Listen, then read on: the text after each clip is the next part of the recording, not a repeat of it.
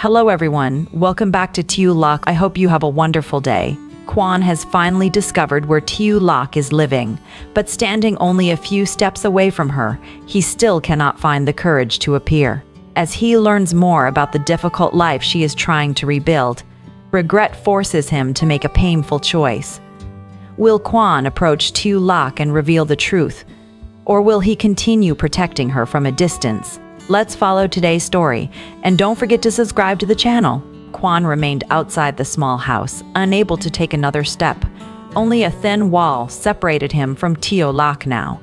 After days of searching, he had finally found the place where she was living. He could have called her name. He could have knocked on the door and forced the moment he had imagined so many times. But he did nothing. The house in front of him was simple and quiet, far from the comfort of the farm. The entrance was narrow, the surroundings modest, and the afternoon heat seemed to settle over the entire place. Quan looked at the house and felt the weight of the past week. He had thought his greatest fear was never finding Tieu Lac. Now that he had found her, another fear took its place. What if seeing him only made her suffer again? Inside the house, Tieu Lac set down the food containers she had carried back from the construction site. The walk had left her tired, and she moved slowly before sitting down to rest. Quan could not see every movement clearly, but he could hear her voice through the open space near the entrance. Tieu Lac spoke softly to the child inside her. She said that today the two of them had brought lunch to Kien at the construction site. There was a quiet warmth in her voice when she mentioned her brother. She was happy that Kien had begun to work seriously. She had worried that he would remain trapped by his old mistakes. Now, he was going to the construction site each day and earning money through honest labor.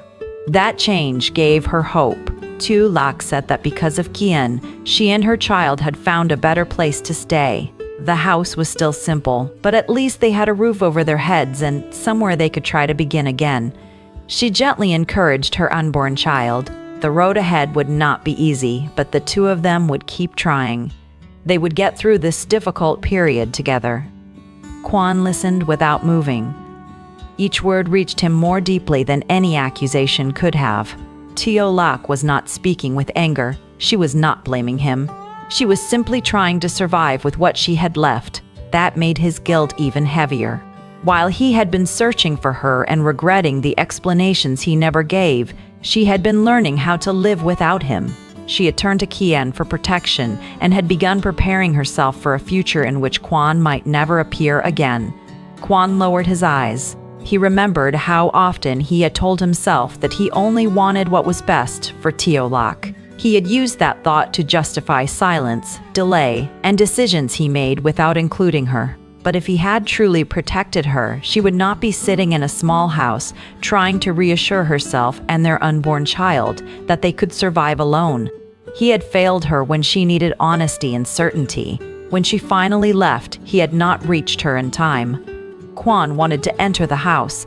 He wanted to cross the short distance, kneel in front of her, and tell her everything.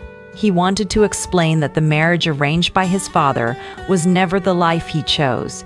He wanted to tell her that he had returned to the farm and searched for her. Most of all, he wanted to apologize without excuses or expectations. He wanted her to know that he understood how deeply he had hurt her.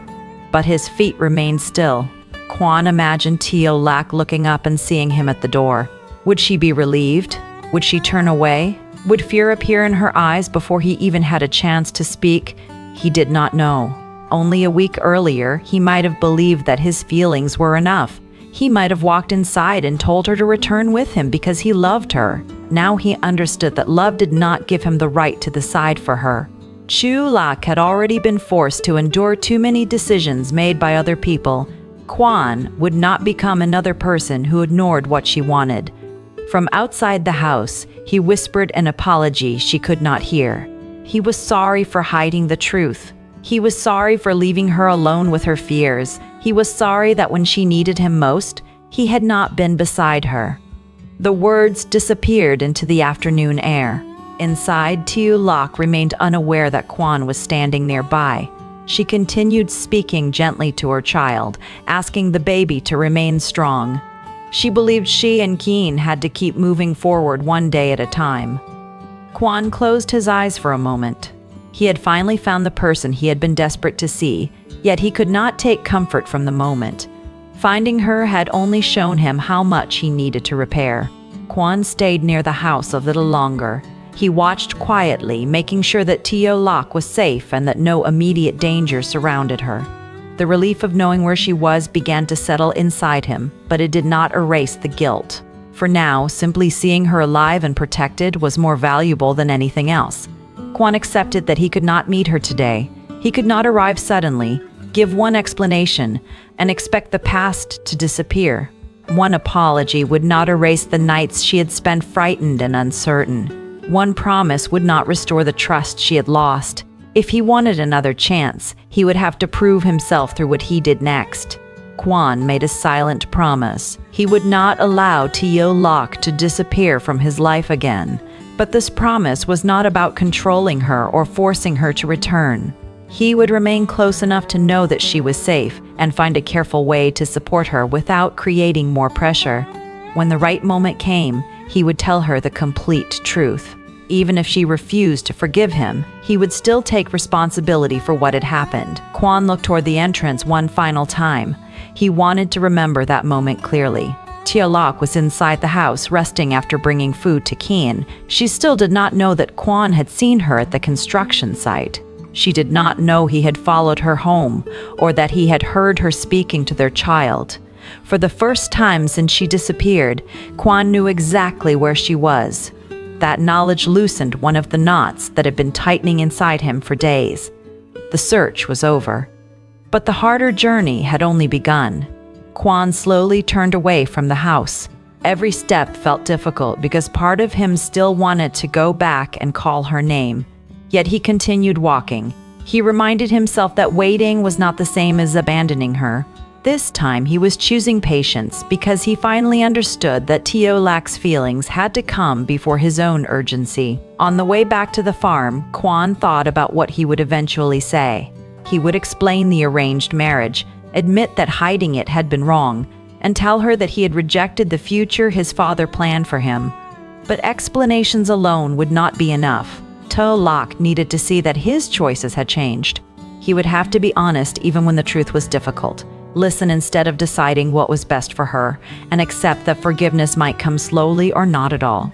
By the time Quan reached the farm, the light had begun to soften. The familiar surroundings no longer felt as empty as they had that morning. Nothing had been solved. Tieu Lac had not returned. She had not spoken to him or agreed to hear his explanation, yet for the first time in days, Quan was no longer searching without direction. He knew she was with Kien, knew where they were living, and knew she was safe for now. Milu appeared nearby, moving toward Quan as soon as he returned. Quan called the dog's name.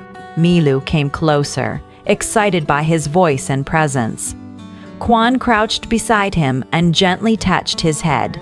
For a moment, Quan's expression softened. He told Milu that he had good news. Today, he had finally found Tieu Lac. Saying the words aloud made the moment feel real. Quan told Milu that she was living with her brother. He was relieved that she was alive, and that Kien seemed to be taking responsibility for her. Then Quan spoke about the hope he had not dared to express near the small house. Maybe after Tieu Lac's anger and pain had eased, he could bring her back to the farm. Maybe one day she would walk through the familiar gate again, and Milu would be able to run toward her. Quan smiled faintly as he imagined it, but even while speaking, he knew this was only his hope. Tieu Lac had not agreed to return. She did not even know that Quan had found her. He could not treat his wish as her decision. Quan told Milu that he would have to be patient. He would correct the misunderstandings between them and explain that he had given up the arranged future and returned to the farm because this was where his heart remained. But before asking her to come back, he would have to earn the right to stand in front of her. Quan looked across the farm. The place carried memories of Tieu Lac everywhere. He remembered her working in the garden, caring for the animals, and quietly bringing warmth into a home that had once felt lonely. Those memories no longer felt like proof that she belonged to him. They felt like a reminder of what he had failed to protect. Quan placed a hand on Milu's back and made another promise.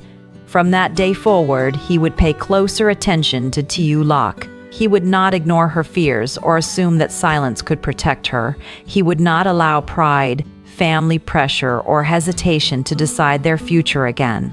Whether she forgave him or not, he would do what he could to make up for the suffering she had endured.